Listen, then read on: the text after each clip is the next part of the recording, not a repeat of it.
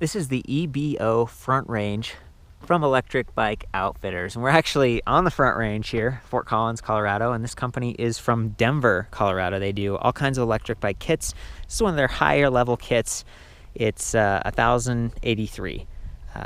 Some of the pieces on this are adjustable in terms of sizing, and you can upgrade and do a bunch of stuff, but I'm going to try to review this as stock as possible. So the difference between this bike and some of the lower level bikes is that you get a gearless direct drive hub motor. So it's a little bit larger, definitely heavier. Those other motors are like 5 or 6 pounds. This one's about 12 pounds. So I weighed the wheel earlier, with the tire and the rim, the spokes, and also with the cassette, and I mean it was like 17.8 pounds just for that rear wheel. So that's a lot of weight at the back of the bike, but you get a motor that is a little bit quieter. It's offering just kind of a smoother, more powerful ride. This is rated at 500 watts nominal, and there aren't any gears inside like rubbing around, so it's going to be a little bit more durable. People in the industry for years have been kind of referring to these types of motors as like they're more bulletproof.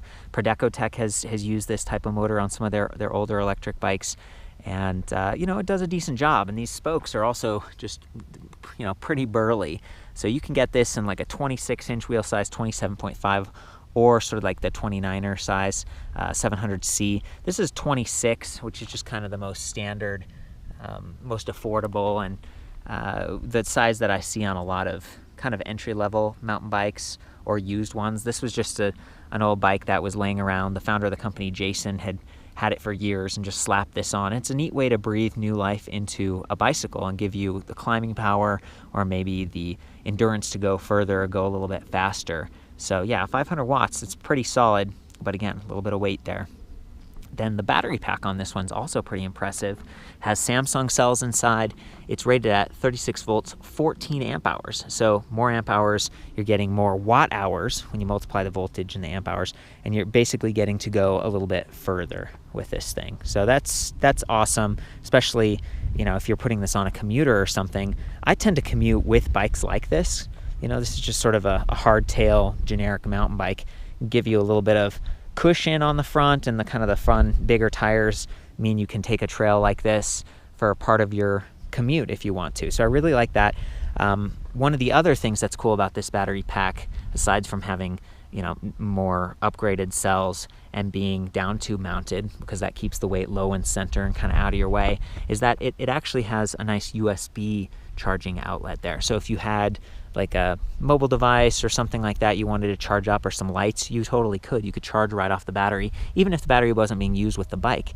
The downside is if you were using it while pedaling, you can see the pedal right here and the crank arms, your legs would be going right past that battery charging port for the USB. So you could potentially snag or break that, and that's no fun. This other little rubber cap is for where you charge the battery, and the battery can be charged on or off the bike. It does lock, for security. You can see there's a little metal keyhole there, and then there's also this on-off button. So you have to power the battery on and then power it on again up here.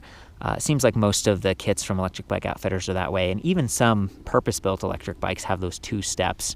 And that might make the battery a little more stable when it's separated from the bike, because you can make sure it's turned off, but it means you could also accidentally leave it on. So it's just something to kind of be aware of. Other trade-offs here are this relatively large controller box here, and that's because you're dealing with a larger motor and more power, so they had to kind of separate this. A lot of times with the lower power electric bikes, it's built into the battery pack or even the motor sometimes. So that's something you're going to have to mess around with and try to figure out where to mount that on the bike. And then also with these wires, you can kind of see they're all over the place here, and they're zip tied on. Any electric bike conversion is going to have to deal with some wires. There are wireless kits, but they're super expensive and stuff. So again, for this one being just a touch over $1,000 and getting that larger battery size and like the bigger, burlier motor, it's not bad. It's not bad, and they've done a good job with the wires here, kind of keeping them out of the way. In terms of drive modes, you've got a trigger throttle that comes stock with it. You can upgrade to a twist throttle right here. So this is a whooshing, generic, kind of a full grip twist like you'd have on a motorcycle or something. You know, that for off-road riding, that might not be ideal because, you know, you hit bumps and your wrist could accidentally activate the motor in a way that you weren't intending. And then it also comes with a cadence sensor, which you can see over on this side. It's just a 5-magnet sensor. It sounds like they might be upgrading in the future. I've been actually impressed with it, and I think it's because it's just, the sensor is really close. It's really like, it's kind of a precision cadence sensor, but only 5 magnets. So that just means there's more time between when the magnets pass the sensor, which means it's slower to start and slower to stop. Also, to get this thing off or on, you're gonna have to like take your crank arm off, mess with the spindle, and then put this, you know, metal bracket and kind of maybe glue it in place. And, you know, it's a hassle for sure. And that's part of the thing about any kit, is there's extra steps. One of the pieces that's not so much of a hassle though is these like 5-star brake levers. They've got integrated motor inhibitors. So at any point in time, if you're riding with pedal assist and you need to stop, even if you're still pedaling or moving your feet, it doesn't matter because the brake levers are overriding that.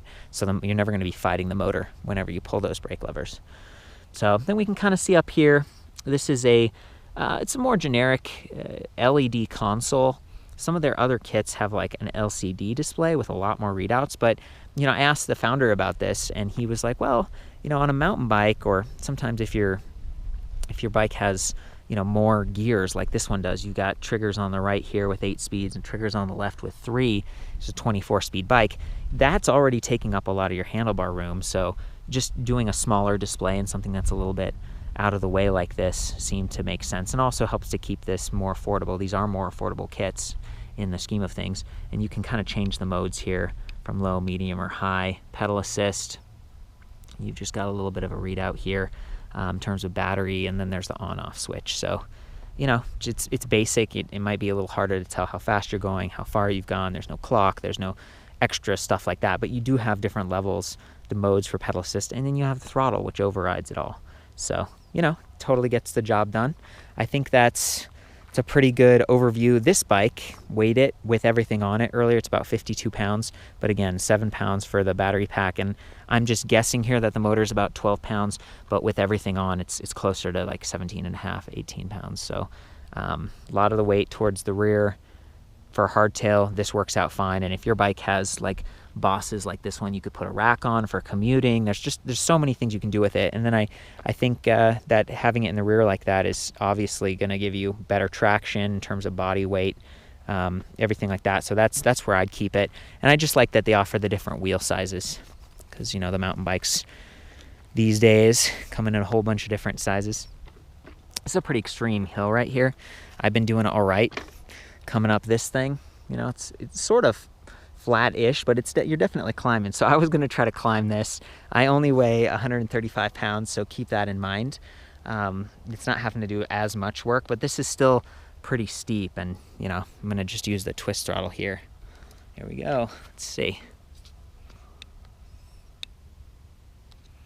We've turned the display to on. We're on high right here. Let's do it.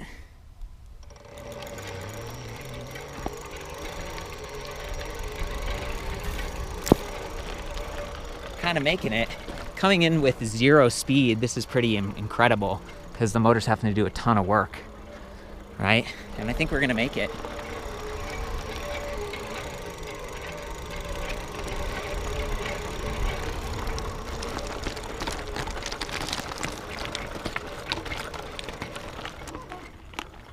Wow. Oh boy. We just came up pretty steep hill right where that jogger's going, without pedaling at all. So that is, you know, that's a feat for people who have like the hurt knee or whatever. And again, I think the front range model isn't quite as, you know, it's capable for doing this kind of thing, but the 36 volt pack versus like 48 or whatever, you're not fully taking advantage of this motor. The next step up in their line, it's like a 750 watt motor, so I'll definitely do the climb test again, but not bad performance. And when you add in pedal assist, you don't have to worry about twisting or anything. You're basically just riding the bike, and it's supporting you as you pedal. So that's really cool. And again, this one will be coming with the trigger throttle, so keep that in mind. I might just turn it around and do like some cadence sensing shots here. While I was pedaling, I accidentally snagged the kind of the power cable for the motor, and so that's why it stopped. I'm going to go ahead and plug that back in. There we go. And that's the importance, again, of kind of cable management, kind of keeping things out of the way. This bike also has like kind of the clip-ins on one side and platforms on the other, so there's a little bit more to deal with. I think this time I'm just going to go on medium pedal assist. Go.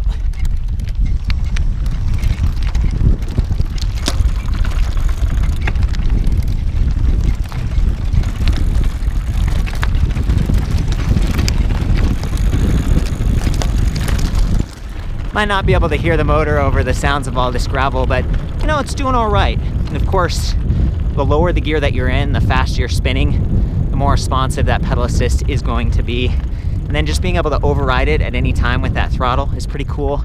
This display doesn't seem to have a 0 mode. Well, actually, I think I just got to it. I was cycling through. Okay, let's see if the throttle works. Nope. Okay, so there is a 0 mode, but the throttle does not work. So anytime you want to use that throttle, you're gonna have to be in pedal assist mode. But for trail riding and stuff, sometimes it's nice to just be able to like set the system off. I usually say that because you have an LCD display and you can still use that as a cycle computer. This one does not double as a cycle computer, so I think that's the big trade-off here is the kind of the display is a little bit more limiting on this kit. So yeah, it's the EBO front range. For the full write-up on this and other electric bike reviews, I'll see you back at ElectricBikeReview.com. And as always, ride safe.